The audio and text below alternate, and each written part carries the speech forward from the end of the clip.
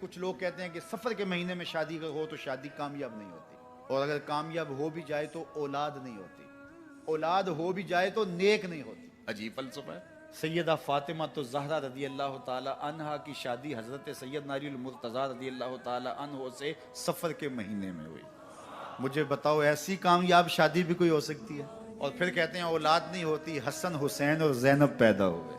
ایسی اولاد بھی ہو سکتی ہے۔ اچھا اولاد ہو جائے تو نیک نہیں ہوتی، مجھے بتاؤ حسین جیسا نیک کون ہوگا، حسن جیسا نمازی کون ہوگا، اور زینب جیسی پردے دار کون ہوگی؟ تو یہ لوگوں کی اپنی خواہشات ہیں، زبان پہ جو کہہ دیے لوگ وہی مان گئے۔ میں نے دیکھا ہے کہ بعض کا لوگ 1 گھنٹے کی تقریر سننے کے بعد بھی پھر بھی کہتے ہیں نہیں اصل ہمارے خاندان میں وہ واقعی منحوس ہے، فرق تو پڑتا ہے۔ جب اللہ کے محبوب نے کہہ دیا کوئی منحوس نہیں ہے، تمہارے اندر کی برائیاں ہیں جو مجسم ہو کے تمہارے سامنے آتی ہیں، اس لیے کوئی منحوس نہیں۔ ہمارے والدین نے بچپن میں ہی ہمیں یہ باتیں اچھی طرح سے ازبر کروائیں اور ہماری تربیت اس طرح کی کہ ہم الحمدللہ کبھی بھی ذوف الاعتقادی کا شکار نہیں ہوئے۔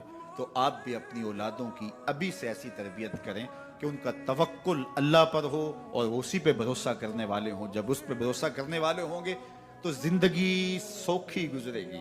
جب اس پہ توکل ہوگا تو کبھی تکلیف آئے گی تو بندہ کہے گا کوئی بات نہیں، جے سونا میرے دکھ وچ راضی تے میں سکھ نو چلے ڈاواں، تو بندہ کہے گا ٹھیک ہے کوئی بات نہیں ہے، یہ اس پہ بھی میں خوش ہوں۔ تو جب توکل اس پہ ہوگا تو پھر بندہ اس تکلیف میں بھی لذت لینے کا راستہ نکال لے گا۔ اور اگر یہ ہو کہ اس منحوسہ کی وجہ سے یہ سب کچھ ہوا ہے، پھر کچیچیاں چڑھیں گی اس کے اوپر کہ اس نے یہ کیا ہے، مار ہی دوں، قتل کر دوں، اس کو چھوڑوں نہ، زمین پہ رہنے کا حق ہی چھین لوں اس سے کہ اس منحوسہ کی وجہ سے یا اس منحوس کی وجہ سے یہ ہوا ہے۔